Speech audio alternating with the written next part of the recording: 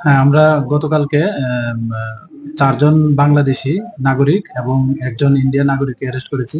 তো তারা মূলত অবৈধভাবে আমাদের ভারতে প্রবেশ করে এবং এই চারজনের মধ্যে দুইজন বলেছে পুনেতে যেতে চেয়েছিল আর দুজন আহমেদাবাদে। তো ওদের নাম জিজ্ঞেস করলে বলে একজনের নাম মিম সুলতানা, আরেকজন রাবিয়া সুলতানা, ঋতু বেগম এবং জয়িতি খাতুন। তারা চারজনই বাংলাদেশ, বাড়ি তাদের। এবং আরেকজন আছেন এমডি কাশেম মিয়া, উনি সিপাহীজলা ডিস্ট্রিক্টে কলমছড়া থানা আন্ডারে ওনার বাড়ি। তো উনি ওনাদেরকে হেল্প করছেন আর কি, মানে আসা আসা যাওয়াতে এবং নিয়ে যাওয়ার পথে আর কি। তো আমরা আগামীকালকে আমাদের জিআরপি থানাতে একটা মামলা নিয়েছি এবং আজকে তাদের মহামান্য আদালতে পাঠানো হবে।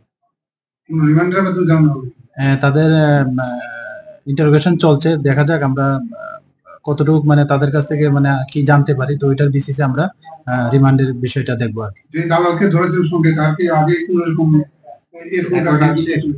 এরকম রেকর্ড আমরা বিভিন্ন থানাতে মেসেজ দিয়েছি যে ও এরকম আরো অন্যান্য কোনো কাজের সঙ্গে যুক্ত আছে কিনা। তো আমরা এখনো পাইনি অন্য অন্য পিএসএফ থেকে। তো আমরা দেখছি এই ব্যাপারটা মানে আরো এরকম কিছুতে যুক্ত আছে কিনা। তাদের কাছ থেকে এমনিতে তাদের মোবাইল ফোন আর কিছু ইন্ডিয়ান কারেন্সি পাওয়া গেছে।